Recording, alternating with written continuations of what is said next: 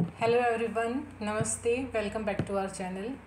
आज हम पॉलिटी के कुछ फैक्ट्स डिस्कस करेंगे। सबसे पहले पॉलिटी क्या होती है थोड़ा डिस्कस करेंगे। उसके बाद हमारा जो मेन टॉपिक होगा आज का वो होगा प्रेसिडेंट ऑफ इंडिया, कि अभी 15th प्रेसिडेंट ऑफ इंडिया के लिए जो अभी इलेक्शंस हुए हैं तो वो काफ़ी न्यूज़ में है, इसलिए उसके बारे में थोड़ा हम डिस्कस करेंगे।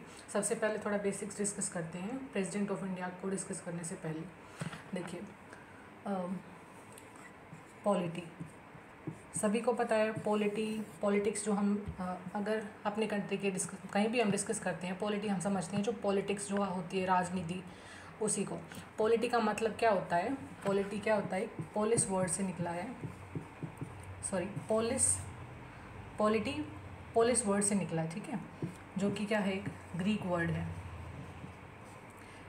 इसका मतलब क्या होता है? स्टेट।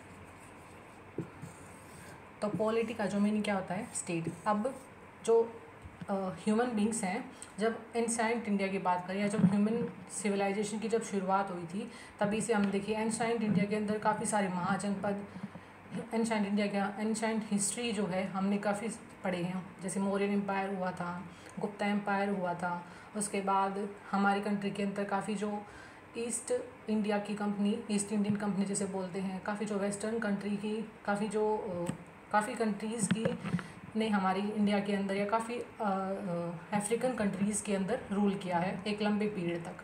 हमारी कंट्री के अंदर ईस्ट इंडिया कंपनी ने 200 ईयर्स तक रूल किया था, ठीक है। तो वो सब क्या था, एक किस तरीके से करते थे वो क्या करते थे, एक एडमिनिस्ट्रेशन, ठीक है। तो जब ह्यूमन सिविलाइजेशन की शुरुआत हुई थी उस टाइम पे सभी को स्टेट की ज़रूरत क्यों थी? सभी को ज़रूरत क्योंकि किस लिए स्टेट की ज़रूरत होती है?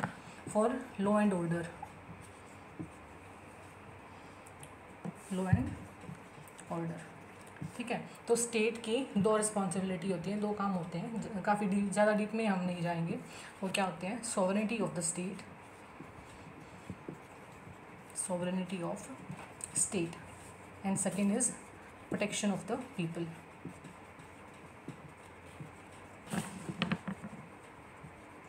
ठीक है।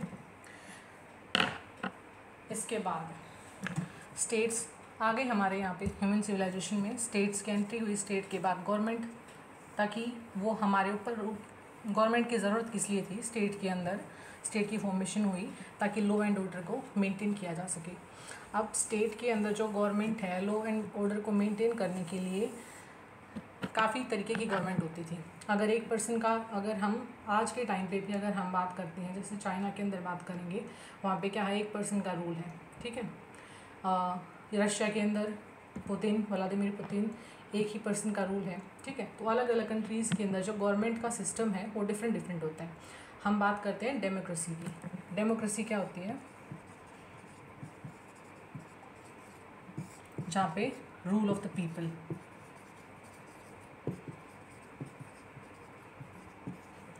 By the people and for the people. Democracy के लिए ये स्टेटमेंट किन्होंने दी थी? Abraham Lincoln.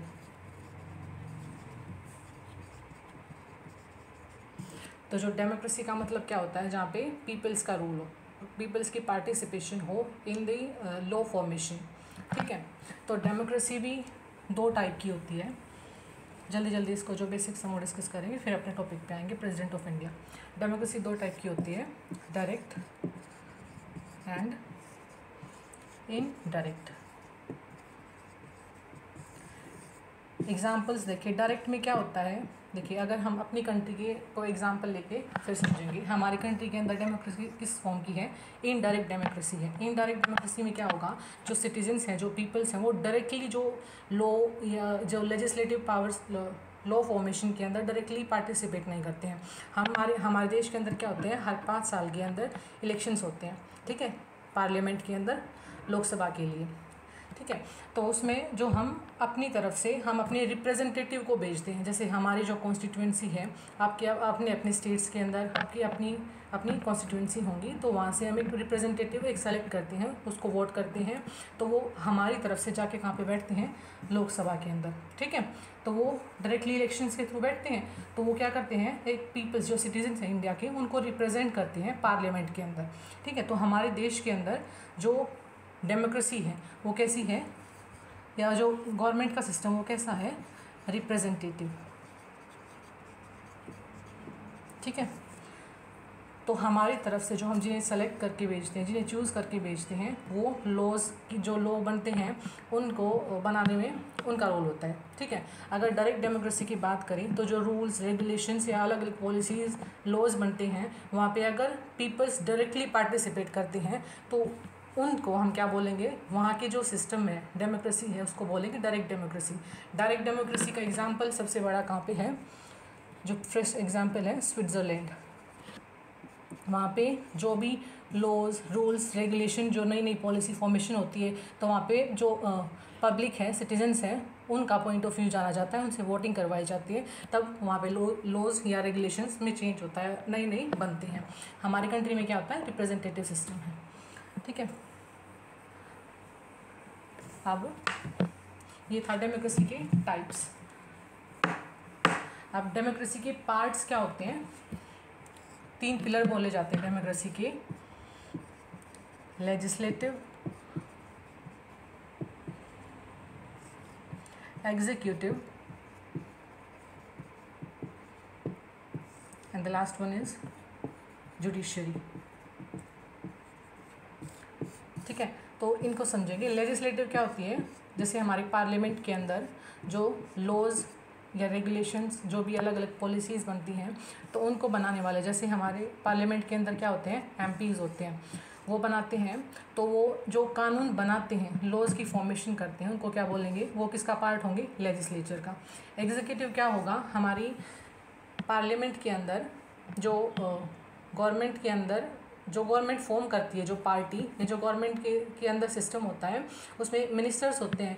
तो जो मिनिस्टर्स, जिन्हें बेसिकली क्या बोला जाता है, council of ministers. Council of ministers एक बॉडी होती है, कुछ 15% जो एमपीज़ होते हैं उनके एक बॉडी बनाई जाती है, उनमें से मिनिस्टर सेलेक्ट किए जाते हैं। वो क्या होते हैं, 15%, जितने भी एमपीज़ इलेक्टेड होते हैं उनका 15% उस मिनिस्टर्स बनाए जाते हैं। तो जो मिनिस्टर्स होते हैं क्या करते हैं, उनको उन कानून को जो लागू करते हैं उनको क्या बोलेंगे हम, एग्जीक्यूटिव, उनको इम्प्लीमेंट करने वाले। ठीक है। फिर उसके बाद किसका रूल आता है, जुडिशरी का। हमारे कंट्री के अंदर जो जुडिशियल सिस्टम है वो कैसा है, इंटीग्रेटेड जुडिशियल सिस्टम है। सुप्रीम कोर्ट, फिर नीचे क्या होगा, हाई कोर्ट, उसके बाद डिस्ट्रिक्ट कोर्ट, फिर नीचे क्या आती है, सेशन जजेस, सेशन कोर्ट, और नीचे मतलब हमारी कंट्री के अंदर क्या है, इंटीग्रल सिस्टम है। सबसे ऊपर क्या होता है, सुप्रीम कोर्ट। तो जो जुडिशरी का काम क्या होता है, जो हमारी लेजिस्लेचर जो भी लॉज रूल्स रेगुलेशन बनाती हैं उनको एग्जामिन करने का, ताकि कि वो कॉन्स्टिट्यूशनली करेक्ट है या इनकरेक्ट है, उनकी कॉन्स्टिट्यूशनल वैल्यूज, कॉन्स्टिट्यूशनलिटी चेक करने के लिए जुडिशरी एक इम्पोर्टेंट रोल प्ले करती है। ठीक है। इसके अलावा 4th पिलर भी बोला जाता है डेमोक्रेसी का, मीडिया को। अब हम डिस्कस करेंगे प्रेसिडेंट ऑफ इंडिया, जो आज का हमारा मेन टॉपिक है।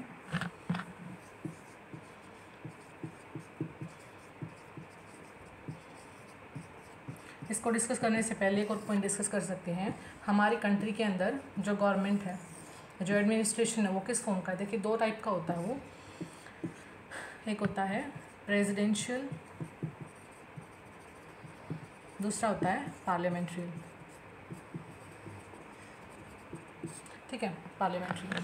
तो प्रेसिडेंशियल फॉर्म ऑफ गवर्नमेंट का एग्जांपल देखें तो वो कहाँ पे है, यूएस के अंदर। इंडिया के अंदर किस फॉर्म का सिस्टम है, सॉरी किस फॉर्म की गवर्नमेंट है वो, पार्लियामेंट्री फॉर्म की। ठीक है। पार्लियामेंट के देखिए क्या डिफरेंस होता है, प्रेसिडेंशियल फॉर्म की गवर्नमेंट के अंदर जो हेड ऑफ द गवर्नमेंट है, हेड ऑफ गवर्नमेंट, वो कौन होगा, प्रेसिडेंट। लेकिन जो पार्लियामेंट्री फॉर्म ऑफ गवर्नमेंट होती है उसके अंदर हेड ऑफ द गवर्नमेंट वो कौन होंगे, प्राइम मिनिस्टर। और जो प्रेसिडेंट होते हैं वो क्या होते हैं, हेड ऑफ द स्टेट। ठीक है, थोड़ा और बाद में डिस्कस करेंगे। पहले जो प्रेसिडेंशियल और पार्लियामेंट्री फॉर्म ऑफ गवर्नमेंट होती है उनमें थोड़ा डिफरेंस ये होता है कि वहाँ पे हेड ऑफ गवर्नमेंट प्रेसिडेंट होते हैं, पार्लियामेंट्री फॉर्म ऑफ गवर्नमेंट के अंदर जो हेड होते हैं वो प्राइम मिनिस्टर्स होते हैं। ठीक है, इसके साथ एक और डिफरेंस याद ध्यान में रख सकते हैं हम, जो प्रेसिडेंशियल फॉर्म ऑफ गवर्नमेंट होती है वो क्या होती है, स्टेबल ज़्यादा होती है। ठीक है, और पार्लियामेंट्री फॉर्म ऑफ गवर्नमेंट का अगर हम एग्जाम्पल देखें, एग्जाम्पल नहीं उसको समझेंगे, पार्लियामेंट्री फॉर्म ऑफ गवर्नमेंट के अंदर क्या होती है, पार्लियामेंट्री फॉर्म ऑफ गवर्नमेंट के अंदर होती है रिस्पॉन्सिबिलिटी।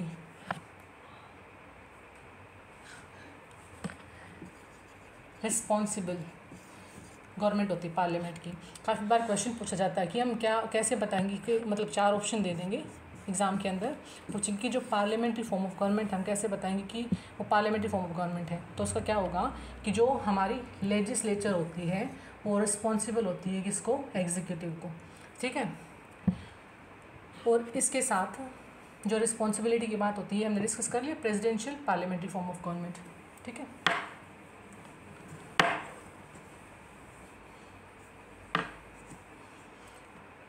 जो लेजिस्लेचर और एग्जीक्यूटिव जो रिस्पॉन्सिबिलिटी की बात करती है, ये भी क्वेश्चन काफ़ी बार पूछा जाता है कि जो लेजिस्लेचर है वो किसको रिस्पॉन्सिबल होती, मतलब लेजिस्लेचर अगर हम कलेक्टिव की बात करें, कलेक्टिवली किसको रिस्पॉन्सिबल होती है, लोकसभा को। इंडिविजुअली किसको रिस्पॉन्सिबल होती है,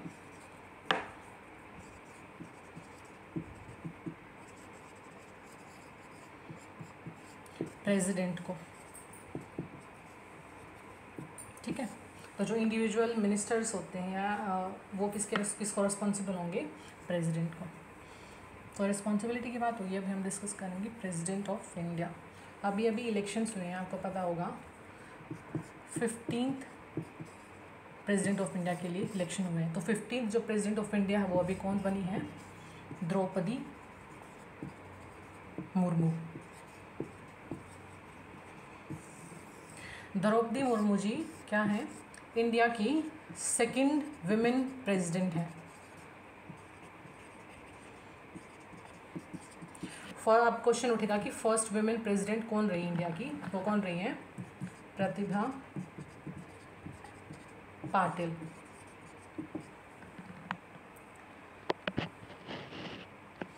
उनका टाइम पीरियड क्या था, प्रतिभा पाटिल जी का 2007 से 2012 तक। ठीक है,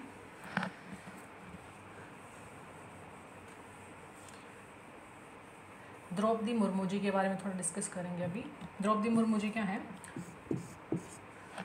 एक साथ में क्या है ये देखिए, 2nd women president of India तो है ही, फर्स्ट विमेन नहीं, फर्स्ट ऐसी प्रेसिडेंट है जो ट्राइबल एरिया से आती हैं। ठीक है, कौन सी ट्राइब से आती हैं, और ये संथाल।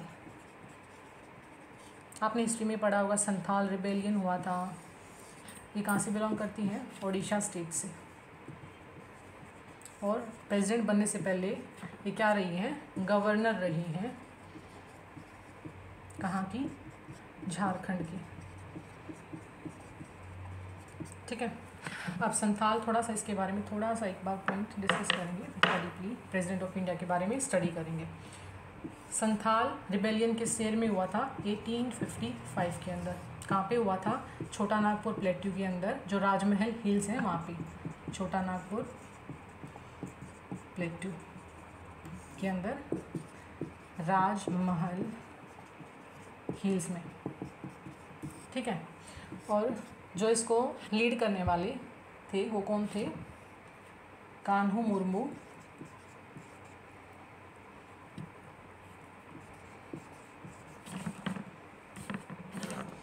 एंड सिद्धू मुर्मू। ये कुछ छोटे छोटे फैक्ट्स हैं अबाउट संथाल रिबेलियन। अभी प्रेसिडेंट ऑफ इंडिया के बारे में थोड़ा और डिस्कस करते हैं। देखिए, जो प्रेसिडेंट की जो हमने पोस्ट है, प्रेसिडेंशियल जो सिस्टम हमारे कंट्री के अंदर, हमारे कंट्री के अंदर क्या था, गवर्नमेंट कैसी है, पार्लियामेंट्री फॉर्म की। वो सिस्टम हमने कहाँ से लिया है, ब्रिटिश कॉन्स्टिट्यूशन के अंदर, वहाँ से उठाया हमने जो पार्लियामेंट्री फॉर्म ऑफ गवर्नमेंट है उसको। अभी कुछ कॉन्स्टिट्यूशनल एंगल स्टडी करेंगे प्रेसिडेंट ऑफ इंडिया का। जैसे जो प्रेसिडेंट ऑफ इंडिया है, एक और पॉइंट, किसका पार्ट है? पार्लियामेंट का।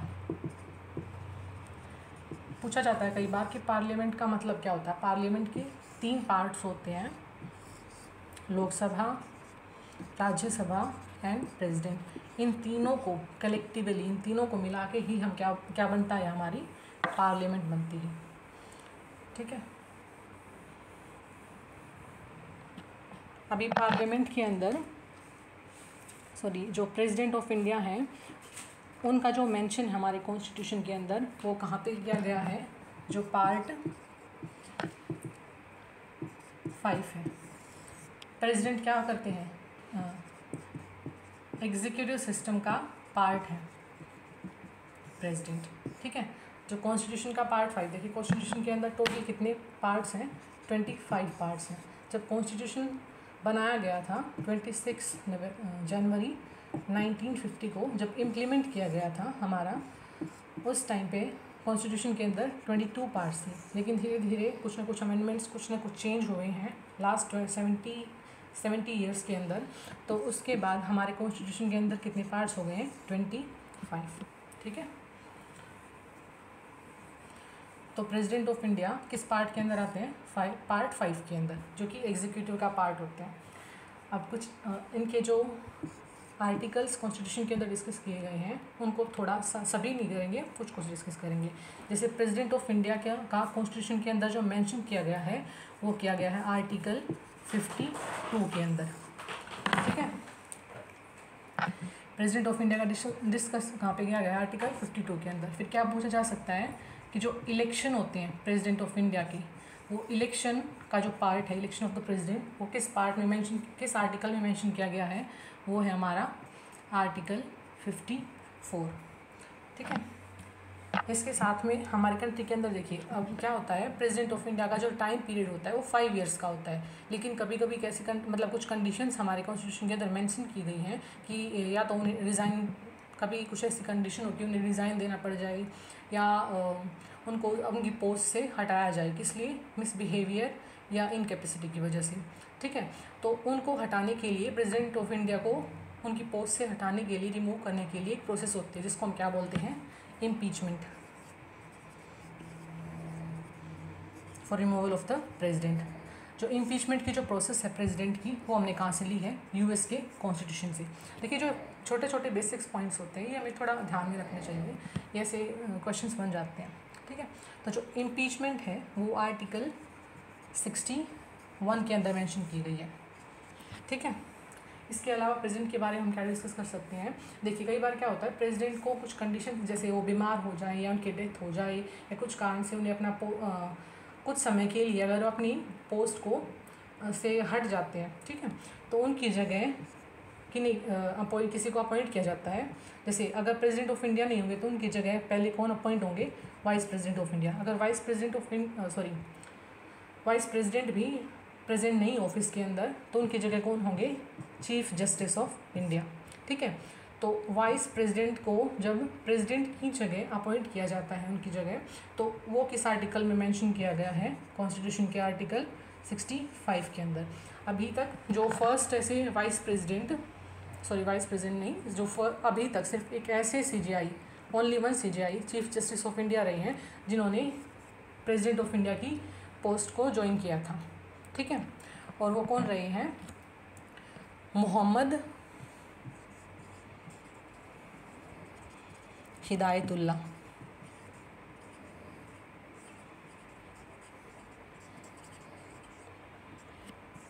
एक बेसिक फैक्ट है कि ऐसे चीफ जस्टिस ऑफ इंडिया जो प्रेसिडेंट ऑफ इंडिया बने थे वो कौन थे? मोहम्मद हिदायतुल्लाह। ठीक है। उनका टाइम पीरियड क्या रहा था? 1969। ये भी क्या था? 20 जुलाई 1969 से 24 अगस्त 1969। तो देखिए 30 एक मंथ, पूरा एक मंथ भी नहीं रहे थे वो उनकी पोस्ट पर। ठीक है। तो कुछ ऐसा इलेक्शन प्रोसीजर क्या होता है, हमने क्या डिस्कस किया, किस पार्ट में आते हैं, किस आर्टिकल के अंदर प्रेसिडेंट ऑफ इंडिया का मेंशन किया गया है, किस आर्टिकल के अकॉर्डिंग उनके इलेक्शंस होते हैं, या उन्हें रिमूव किस आर्टिकल जो मेंशन किया गया है हमारे कॉन्स्टिट्यूशन के अंदर, कैसे उन्हें रिमूव किया जाता है, कौन उनकी जगह अपॉइंट किया जाता है। ठीक है। एक और, प्रेसिडेंट ऑफ इंडिया जब इलेक्ट हो जाते हैं तो उन्हें ओथ दिलाई जाती है। वो कौन दिलाते हैं? Chief justice of India. ठीक है। ओथ आपने कॉन्स्टिट्यूशन के अंदर या कहीं पढ़ा होगा, दो चीज़ें होती हैं, या तो ओथ होता है या अफर्मेशन होता है। ओथ कौन लेते हैं? जो गॉड के अंदर या कोई मतलब भगवान के अंदर जो बिलीव करता है उन्हें ओथ दिलाई जाती है, और जो बिलीव नहीं करता उन्हें अफर्मेशन दिलाई जाती है। ठीक है।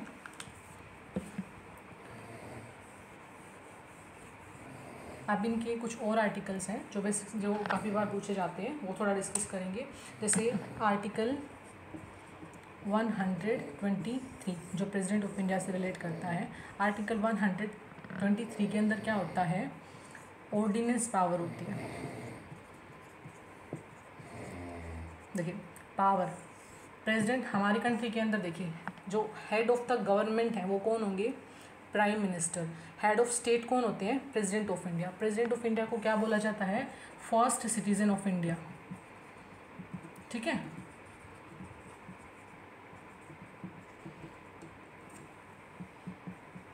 First citizen of India.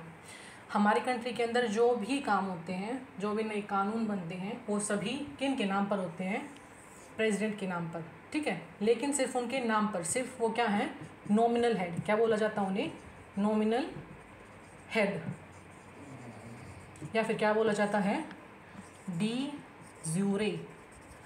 और जो प्राइम मिनिस्टर है उनको क्या बोला जाता है? De facto. जो रियल में जो जिनके पास पावर होती है वो क्या होते हैं? Prime minister. लेकिन जिनके नाम पे सारे काम होते हैं, कानून बनते हैं हमारी कंट्री के अंदर, रूल्स रेगुलेशन जो भी होता है वो किन के नाम पर होता है? प्रेसिडेंट ऑफ इंडिया के अंदर। ठीक है। तो प्रेसिडेंट ऑफ इंडिया के पास कुछ ना कुछ पावर्स होंगी जिसके बलबूते उनसे उनके नाम पर ये काम किए जाते हैं। तो प्रेसिडेंट ऑफ इंडिया के पास जो पावर्स होती है, 7 टाइप्स की पावर होती है उनके पास। First is legislative powers. ज़्यादा डीप में नहीं पढ़ेंगे, बस ये पढ़ेंगे कि पावर्स कौन सी होती हैं। तो जो ये ऑर्डिनेंस पावर है वो क्या है? उनकी लेजिस्लेटिव पावर है। इसके अलावा होती है एडमिनिस्ट्रेटिव पावर।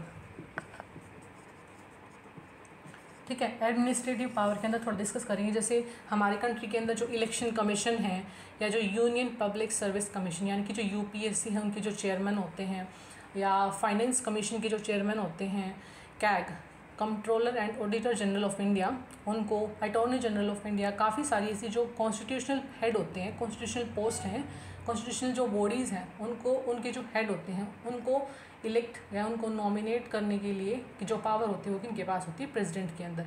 तो उस पावर को हम क्या बोलते हैं? Administrative power. ठीक है। इसके अलावा उनके पास कौन सी होती हैं? फाइनेंशियल पावर होती हैं, जुडिशियल पावर है। देखिए, जुडिशियल पावर में हम क्या डिस्कस कर सकते हैं? जो प्रेसिडेंट ऑफ इंडिया के पास एग्जांपल ध्यान में रखेंगे, जो जुडिशियल पावर का एग्जांपल है। जैसे प्रेसिडेंट ऑफ इंडिया के पास क्या पावर है? आर्टिकल 72 के अंदर उनके पास पार्डनिंग पावर है। प्रेसिडेंट ऑफ इंडिया इतने पावरफुल हैं, मतलब जैसे वैसे तो नॉमिनल हेड है, लेकिन आर्टिकल 72 के अंदर अगर किसी क्रिमिनल हो या कोई भी, जैसे अगर उनको फांसी की सज़ा हो रही है तो उसको भी जो प्रेसिडेंट ऑफ इंडिया है वो पार्डन कर सकते हैं। तो ऐसी जो पार्डनिंग पावर है वो 5 से 6 होती है। जैसे रेस्पाइट है, कम्यूट है, इस टाइप की रेमिट है। ठीक है। तो जो ये पावर्स होती हैं इन्हें क्या बोलते हैं? Pardoning power. वो कहाँ पे मेंशन किया गया है? आर्टिकल 72 के अंदर। तो ये किस टाइप की पावर है? जुडिशियल पावर है, किनकी? प्रेसिडेंट ऑफ इंडिया की। इसके अलावा और क्या पावर्स होती हैं प्रेसिडेंट ऑफ इंडिया के पास? Diplomatic powers. देखिए, हमारी कंट्री, जैसे हमारी कंट्री क्या बोला जाता है? विश्व गुरु बोला जाता है। और हमारी कंट्री के काफ़ी सारी कंट्रीज़ के साथ अच्छे रिलेशंस हैं, ठीक है। और ज़रूरी भी है क्योंकि अभी देखिए 1991 के अंदर क्या हुआ था, ग्लोबलाइजेशन हुआ था।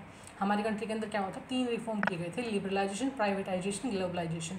तो ग्लोबलाइजेशन के अंदर क्या होता है, जो वर्ल्ड है एक विलेज की तरह काम करता है, सभी कंट्रीज एक दूसरे के ऊपर डिपेंड करती है, इंटरडिपेंडेंट हो जाती है, ठीक है। तो हमारी कंट्री को किसी अलग दूसरी कंट्री के साथ जो भी हमारे रिलेशंस होते हैं उनको मैनेज करने के लिए जो पावर होती है उसको क्या बोलते हैं, डिप्लोमेटिक पावर बोलते हैं, ठीक है। तो वो किसके पास होती है, प्रेसिडेंट ऑफ इंडिया के पास होती है। इसके अलावा जो 2 और पावर्स होती हैं यहाँ पर डिस्कस करेंगे,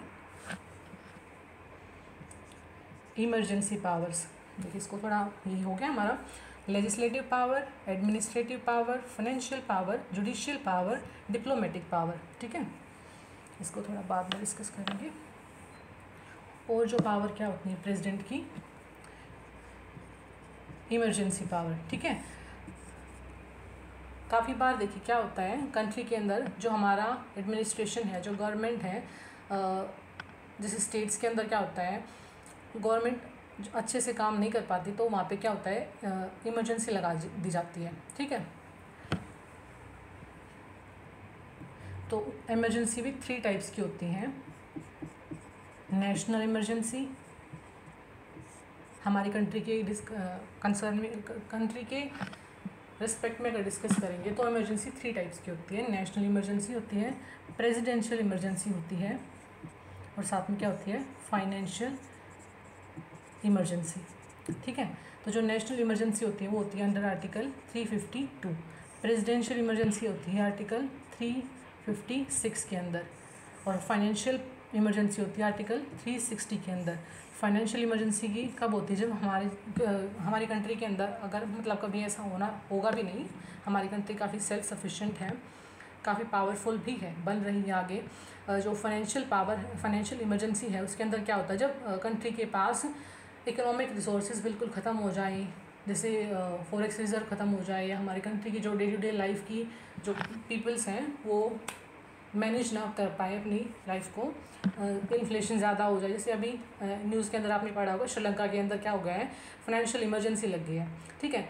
वो वहाँ पे खाने की चीज़ें नहीं मिल रही हैं, ठीक है, ऑयल नहीं खरीद पा रहे किसी दूसरे। ऑयल देखिए, ऑयल बहुत ज़्यादा इंपॉर्टेंट है किसी भी कंट्री के लिए। ऑयल से के थ्रू क्या होता है, पेट्रोलियम है जो हमारी एक जगह पे जैसे कुछ भी बनता है, हम हरियाणा के अंदर डिस्कस करते हैं, जैसे हरियाणा के अंदर जैसे वीट प्रोडक्शन होता है, तो वीट को हरियाणा से अगर हम किसी दूसरे स्टेट के अंदर एक्सपोर्ट करते हैं उसका, ठीक है, ट्रांसपोर्टेशन के लिए हमें क्या चाहिए, ऑयल चाहिए, ठीक है। तो ऑयल की इम्पोर्टेंस बहुत ज़्यादा है, तो ऑयल रिज़र्व होना उस कंट्री के अंदर, किसी भी कंट्री के अंदर बहुत ज़्यादा इंपॉर्टेंट है। तो ऐसी कुछ चीज़ें अगर ऐसी कंडीशन बनती है तो उसको क्या बोलेंगे, फाइनेंशियल क्राइसिस आ जाता है वहाँ पे, ठीक है। तो अगर ऐसा कुछ होता है तो उस टाइम पे क्या लगेगी, फाइनेंशियल इमरजेंसी। तो वो किस आर्टिकल के अंदर होगी, 360 के अंदर। तो ये जो इमरजेंसीज़ हैं इनको डिक्लेयर करने की जो पावर है वो किसके पास है, हमारे यहाँ पे प्रेसिडेंट ऑफ इंडिया के पास। हमारी कंट्री के अंदर आज तक, जब से हमारी कंट्री इंडिपेंडेंट हुई है तब तक आज तक कभी भी फाइनेंशियल इमरजेंसी नहीं लगी है, ठीक है। प्रेसिडेंशियल इमरजेंसी, जो स्टेट्स के अंदर अगर जो सिस्टम है, एडमिनिस्ट्रेटिव सिस्टम, अगर वो कोलैप्स कर जाता है, लेजिस्लेचर जो सिस्टम है, एडमिनिस्ट्रेटिव सिस्टम अगर कोलैप्स कर जाता है, तब वहाँ पे क्या लगती है, प्रेसिडेंशियल इमरजेंसी। किसकी सिफारिश पे लगती है, जो गवर्नर होते हैं वो रिक्वेस्ट करते हैं किससे, प्रेसिडेंट ऑफ इंडिया से, तब वहाँ पे लग जाती है, ठीक है। कुछ और कंडीशंस भी होती हैं तब भी लगती है। नेशनल इमरजेंसी की अगर बात करें, नेशनल इमरजेंसी की भी 3 कंडीशंस होती हैं। देखिए अब ज़्यादा डीप नहीं हो रहा है, वो कभी फिर डिस्कस करेंगे। नेशनल इमरजेंसी हम ये डिस्कस करेंगे, अभी तक हमारे कंट्री के अंदर 3 बार लगी है। सबसे पहले लगी थी 1962 के अंदर, जब इंडो चाइना वॉर हुआ था, ठीक है। एक बार लगी थी 1975 के अंदर, सभी को पता 1975 से 77 के अंदर, ठीक है। एक बार 1967 के अंदर जब 65 के अंदर इंडिया और पाकिस्तान की जब वॉर हुई थी, ये वाली इमरजेंसी सबको पता है। उसके 3 कारण होते हैं नेशनल इमरजेंसी के, एक्सटर्नल एग्रेशन, वॉर, या फिर इंटरनल डिस्टर्बेंस, ठीक है। इंटरनल डिस्टर्बेंस पहले हुआ करता था, अभी उसको रिमूव करके आर्म्ड रिबेलियन बोल दिया गया, आर्म्ड रिबेलियन से रिप्लेस कर दिया गया है, ठीक है। तो हमने क्या डिस्कस किया, emergency powers of the president of India. अभी तक हमने 6 पावर्स डिस्कस की हैं जो प्रेसिडेंट ऑफ इंडिया के पास होती हैं।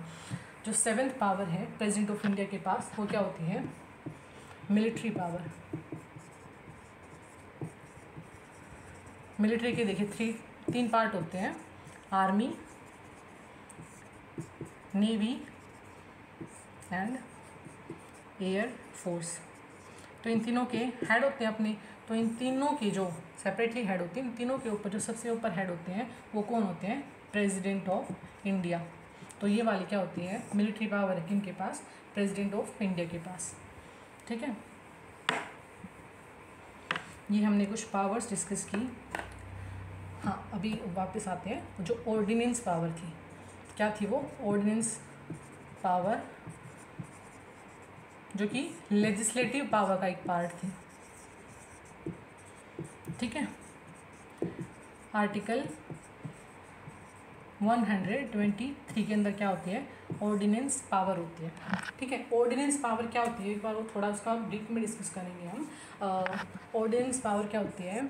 जब हमारे देखिए हमारे कंट्री के अंदर जो रूल्स रेगुलेशन नेशनली जो बनते हैं वो कहाँ पे बनती है? हमारी पार्लियामेंट के अंदर। ठीक है, पार्लियामेंट के अंदर प्रेसिडेंट होते हैं, 2 हाउस होते हैं, राज्यसभा और लोकसभा। ठीक है, तो कभी ऐसा क्या होगा, जैसे देखिए लोकसभा क्या है हमारा? हाउस ऑफ पीपल भी बोला जाता है इसे, और राज्यसभा को house of Commons, house of state.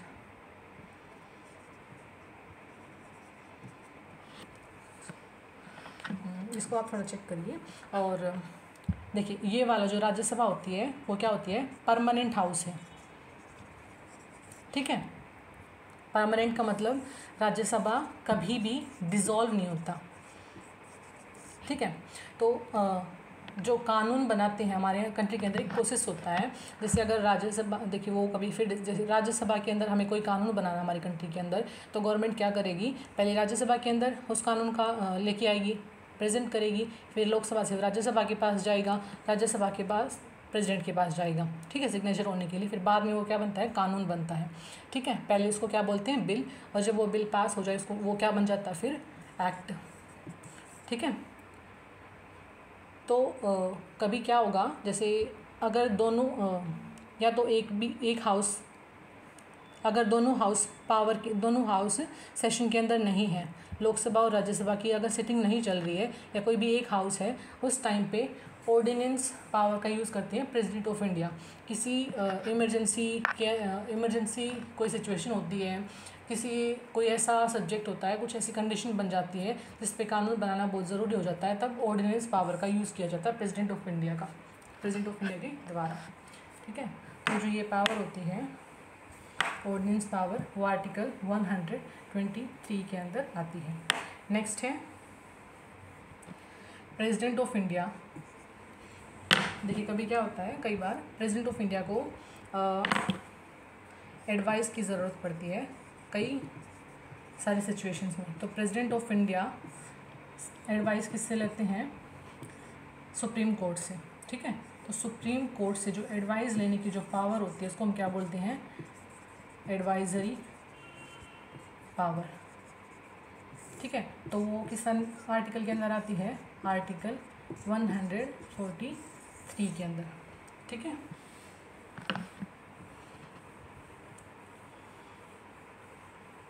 तो ये कुछ आर्टिकल्स थे जो प्रेसिडेंट ऑफ इंडिया से रिलेटेड थे। अब थोड़ा स्टैटिक पार्ट डिस्कस करते हैं। जैसे एक और चीज़, प्रेसिडेंट ऑफ, आपने सुना होगा वीटो पावर।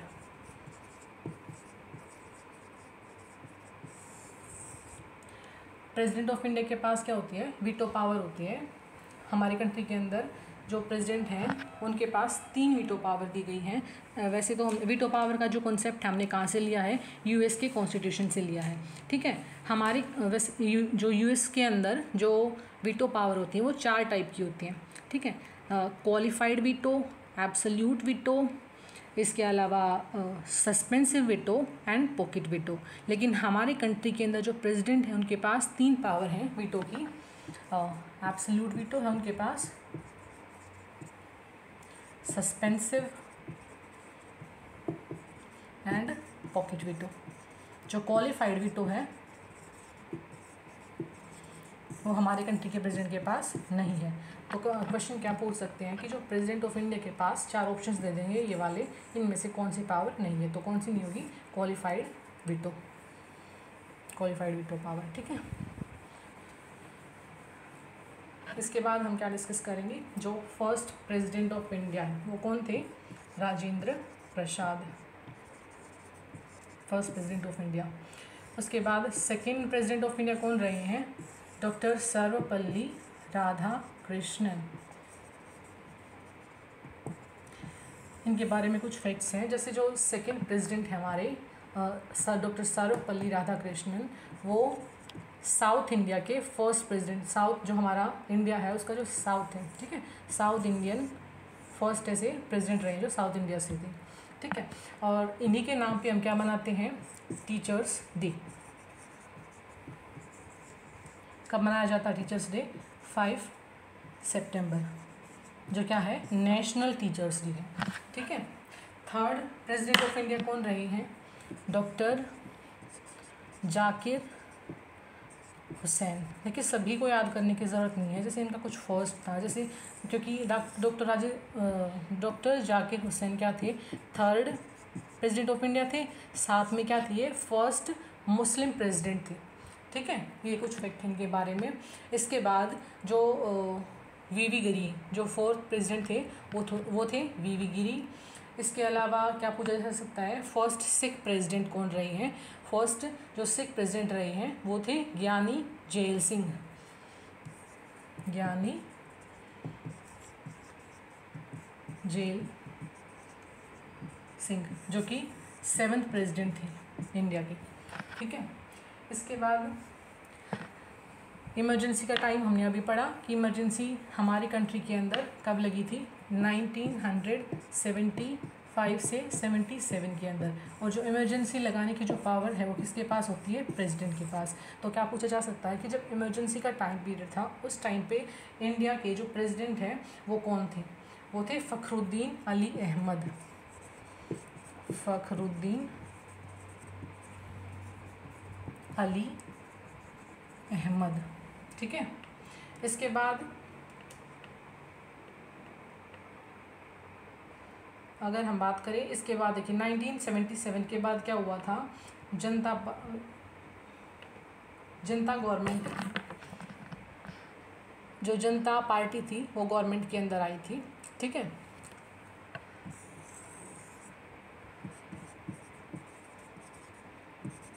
जनता पार्टी। देखिए उसके बाद क्या थी, जनता पार्टी आई थी।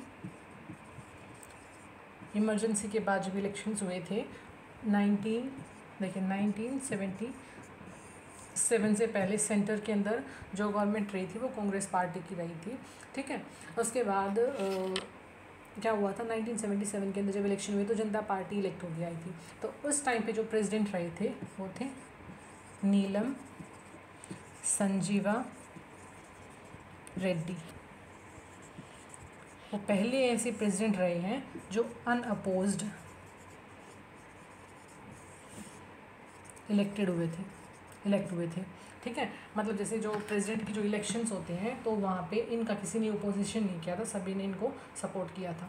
ठीक है, मतलब ओपोजिशन हो या जो गवर्नमेंट मतलब जो गवर्नमेंट के अंदर थे सभी ने इनको सपोर्ट किया था। तो अनअपोज जो इलेक्टेड प्रेसिडेंट, अनअपोज्ड हमारा अभी तक जो प्रेसिडेंट रहे हैं फर्स्ट प्रेसिडेंट थे वो कौन थे, नीलम संजीवा रेड्डी।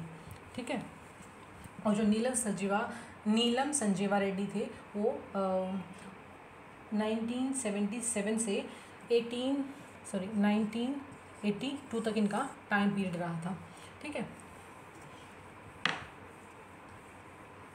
एक और चीज़, जो नीलम संजीवा रेड्डी हैं वो 7th नंबर के जो प्रेसिडेंट रहे हैं, और जो ज्ञानी जैल सिंह अभी हमने डिस्कस किया था वो 7th नहीं, वो 8th थे। ठीक है, ज्ञानी जैल सिंह कौन थे, first Sikh president of India.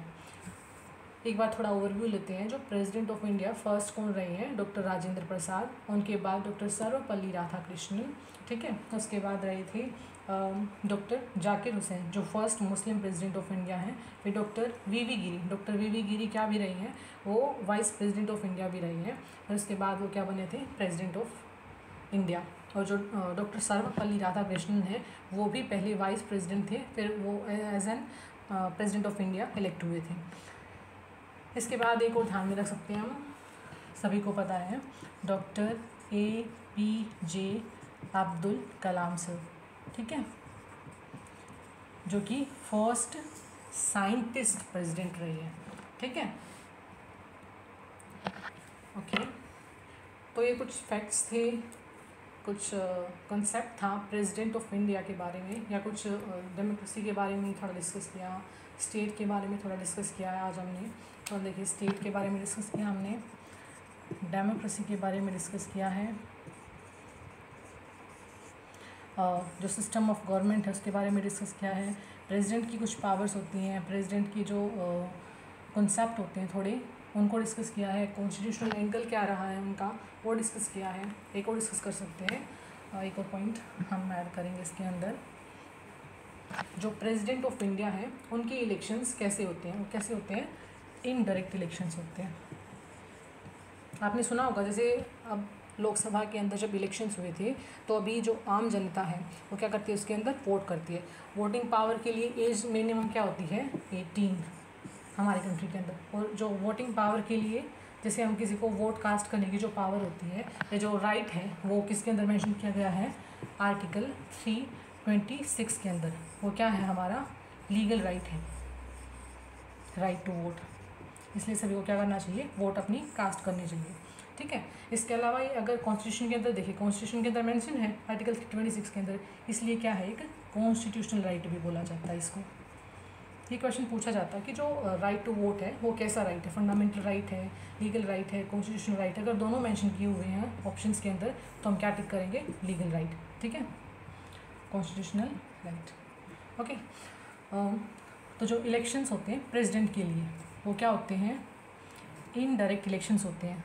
Citizens होते हैं वो डायरेक्ट इनके इलेक्शंस में पार्टिसिपेट नहीं करते हैं। तो इनके इलेक्शंस में जो पार्टिसिपेट करते हैं, ये क्वेश्चन पूछा जाएगा कि जो प्रेसिडेंट के इलेक्शन है वो कैसे होते हैं, तो वो कैसे होंगे, इनडायरेक्ट। अब उनकी जो इलेक्शन प्रोसेस होती है, इलेक्शन के अंदर उनको इलेक्शन को करवाता कौन है, इलेक्शन कमीशन ऑफ इंडिया। अब इलेक्शन कमीशन के बारे में कहाँ पे डिस्कस किया गया है, आर्टिकल 324 के अंदर, जो कॉन्स्टिट्यूशन के अंदर है, आर्टिकल 324। अब पार्टिसिपेट कौन कौन करता है इसके अंदर, जो इलेक्टेड मेंबर होते हैं, member of Lok Sabha, elected members of Rajya Sabha, elected members of states, all the states, और स्टेट के अंदर क्या होते हैं, देखिए हमारे कंट्री के अंदर क्या सिस्टम है, बाईकैमरल सिस्टम है। बाईकैमरल यानी कि 2 हाउस होते हैं। अगर हम सेंटर की बात करेंगे तो वहाँ पे क्या है, राज्यसभा एंड लोकसभा। स्टेट के अंदर क्या होता है, legislative assembly and legislative council. सभी स्टेट के अंदर लेजिस्लेटिव काउंसिल नहीं है। अगर कोई भी स्टेट अगर डिमांड करता है तो वहाँ पे लेजिस्लेटिव काउंसिल बनाई जा सकती है। आज के टाइम पे हमारी कंट्री के अंदर 6 ऐसे स्टेट्स हैं जहाँ पे क्या है, लेजिस्लेटिव काउंसिल है। तो वो स्टेट्स कौन से हैं, देखिए पेयर में अच्छे से इनको ध्यान रख सकते हैं। जैसे आंध्र प्रदेश और तेलंगाना साथ में हैं, कर्नाटका और महाराष्ट्र दोनों साथ में हैं, और साथ में बिहार एंड यूपी, ठीक है। तो ये 6 ऐसे स्टेट्स हैं जहाँ पे लेजिस्लेटिव काउंसिल है। तो जो प्रेसिडेंट के इलेक्शंस होते हैं उनके अंदर जो लेजिस्लेटिव काउंसिल के अंदर जो मेंबर्स होते हैं, चाहे वो इलेक्टेड हो या नॉमिनेटेड हो, वो पार्टिसिपेट नहीं करते हैं। सिर्फ लेजिस्लेटिव असेंबली के अंदर जो इलेक्टेड मेंबर्स हैं ओनली वही पार्टिसिपेट करते हैं प्रेसिडेंट ऑफ इंडिया के इलेक्शंस के अंदर। इसके साथ में हमारी कंट्री के अंदर 2 ऐसी यूनियन टेरिटरी हैं जहाँ पे क्या है, लेजिस्लेटिव असेंबली है। टोटल हमने देखिए कल जो डिस्कस किया था परसों, उसके अंदर क्या था, हमारे पास हमारी कंट्री के अंदर 8 यूनियन टेरिटरी हैं। उनमें से सिर्फ 2 ऐसी यूनियन टेरिटरी हैं जिनका जहाँ पे क्या है, लेजिस्लेटिव असेंबली है, वहाँ पे इलेक्शंस होते हैं, ठीक है। बाकी के अंदर क्या होता है, कहीं पे प्रेसिडेंट जो सेंटर है वहीं पे सेंट्रल उन्हें क्या बोला जाता है, यूनियन टेरिटरी बोला जाता है। यूनियन टेरिटरी यानी कि यूनियन, यानी कि यूनियन का रूल, ठीक है। वहाँ पे जो प्रेसिडेंट होते हैं वो हाईएस्ट अथॉरिटी होती है। वो प्रेसिडेंट किन्हें इलेक्ट करते हैं, उनकी जगह पे कहीं पे कई स्टेट्स के अंदर, कई यूनियन टेरिटरीज़ के अंदर क्या है, लेफ्टिनेंट गवर्नर है, कहीं पे क्या है, एडमिनिस्ट्रेटर होता है, ठीक है। तो दो ऐसी यूनियन टेरिटरी हैं जहाँ पे लेजिस्लेटिव असेंबली है, वो कौन सी हैं, दिल्ली है एंड साथ में पुडुचेरी है। तो इन दोनों लेजिस्लेटिव असेंबली के अंदर जो इलेक्टेड मेंबर्स होते हैं वो भी किस में पार्टिसिपेट करते हैं, प्रेसिडेंट ऑफ इंडिया के इलेक्शंस के अंदर। देखिए, तो प्रेसिडेंट ऑफ इंडिया की इलेक्शंस के अंदर जो पार्टिसिपेट करेंगे वो सिर्फ इलेक्टेड मेंबर्स ही करेंगे, लोकसभा के, राज्यसभा के, स्टेट लेजिस्लेटिव असेंबली के, नॉट लेजिस्लेटिव काउंसिल। और साथ में जो हमारे दो यूनियन टेरिटरी जहाँ पे लेजिस्लेटिव असेंबली है उनके इलेक्टेड मेंबर भी किसके अंदर पार्टिसिपेट करेंगे, प्रेसिडेंट ऑफ इंडिया के इलेक्शंस के अंदर पार्टिसिपेट करेंगे। इसके साथ अगर हम एक और चीज़ डिस्कस करेंगे, अब प्रेसिडेंट ऑफ इंडिया इलेक्ट हो गए, उनको रिमूव करने के लिए एक प्रोसेस हमने डिस्कस की थी, इम्पीचमेंट, आर्टिकल 62 के अंदर। तो इम्पीचमेंट के टाइम पे, उनको रिमूव करने के टाइम पे, उस टाइम पे भी तो वोट होते होंगे ना, उस टाइम पे इलेक्शन वोट कास्ट की जाती है। तो उस टाइम पे उस प्रोसेस के अंदर जो पार्टिसिपेट करते हैं वो क्या होते हैं, all the members of Lok Sabha and Rajya Sabha, चाहे वो इलेक्टेड हो या नॉमिनेटेड हो। वहाँ पे जो स्टेट की लेजिस्लेटिव असेंबली है या हमारी जो यूनियन टेरिटरीज़ की लेजिस्लेटिव असेंबली है उनके मेंबर्स पार्टिसिपेट नहीं करते। सिर्फ जो सभी मेंबर्स हैं, इलेक्टेड या नॉमिनेटेड मेंबर्स लोकसभा और राज्यसभा के, वो पार्टिसिपेट करते हैं प्रेसिडेंट को रिमूव करने की जो प्रोसेस होती है, जो कि इम्पीचमेंट बोला जाता है, ठीक है। तो ये क्या था, प्रेसिडेंट को इलेक्ट करने की प्रोसेस। आज कुछ ज़्यादा इफेक्ट्स हो गए हैं इसमें, एक और ऐड करेंगे। जैसे एमएलएज हमने क्या डिस्कस किया, जो लेजिस्लेटिव असेंबली के जो मेंबर्स होते हैं उन्हें क्या बोला जाता है, एमएलएज। और जो मेंबर ऑफ पार्लियामेंट, लोकसभा और राज्यसभा के अंदर जो मेंबर्स होते हैं उन्हें हम एमपीज बोलते हैं। स्टेट के अंदर होते हैं member of legislative assembly, MLAs बोला जाता है, ठीक है। तो जब वो वोट कास्ट करते हैं तो वो किस टाइप, कैसे जो सिस्टम है वोट कास्टिंग का, वो क्या बोला जाता है, फर्स्ट पास्ट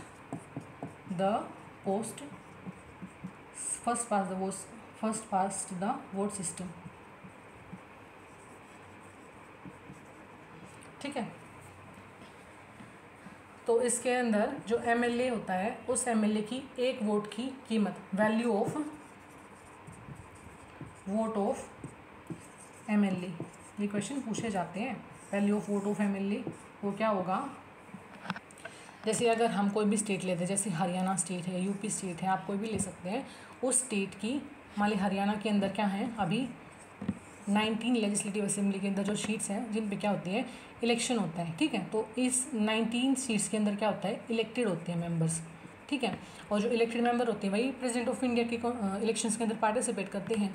तो उस एमएलए की वोट की वैल्यू क्या होगी, जो टोटल पॉपुलेशन है स्टेट की, टोटल पॉपुलेशन, स्टेट की जो टोटल पॉपुलेशन है उसको डिवाइड करेंगे टोटल नंबर ऑफ जो एमएलएज हैं, ठीक है, उस लेजिस्लेटिव असेंबली के अंदर, मल्टीप्लाइड बाय 1/1000। तो इनको जब कैलकुलेट करेंगे वो क्या होगी, एक एमएलए की वोट की वैल्यू। वो स्टेट्स के अंदर देखिए, अभी ये भी पूछा जा सकता है कि जो वैल्यू है किसी एमएलए की वो सेम होती है क्या सभी स्टेट्स के अंदर, लेकिन नहीं, वो क्या होती है, डिफरेंट होगी, क्योंकि हर स्टेट के अंदर जो पॉपुलेशन है वो डिफरेंट है। हर स्टेट के अंदर जो लेजिस्लेटिव असेंबली की जो सीट्स हैं वो भी डिफरेंट है। जैसे हरियाणा के अंदर 90 है, अगर हम डिस्कस करेंगे यूपी के अंदर 380 कुछ अराउंड है, ठीक है, मतलब 300 प्लस कुछ वोट्स शीट्स हैं वहाँ पे, ठीक है। तो वो जो वैल्यू है वोट्स की, एमएलएज की, वो वेरी करती है from one state to different state. अब एमपी की जो वोट की वैल्यू होगी वो क्या होगी,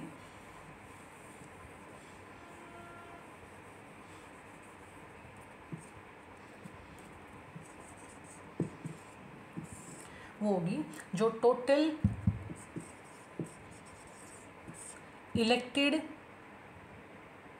एमएलएज हैं हर स्टेट के, सभी स्टेट्स के जो इलेक्टेड एमएलएज हैं उनको डिवाइड कर देंगे हम किससे, सभी जो इलेक्टेड एमपीज़ हैं पार्लियामेंट के अंदर, ठीक है, पार्लियामेंट के अंदर, यानी कि जो लोकसभा राज्यसभा दोनों के अंदर जो इलेक्टेड एमपीज़ होंगे उसको उसको डिवाइड कर देंगे।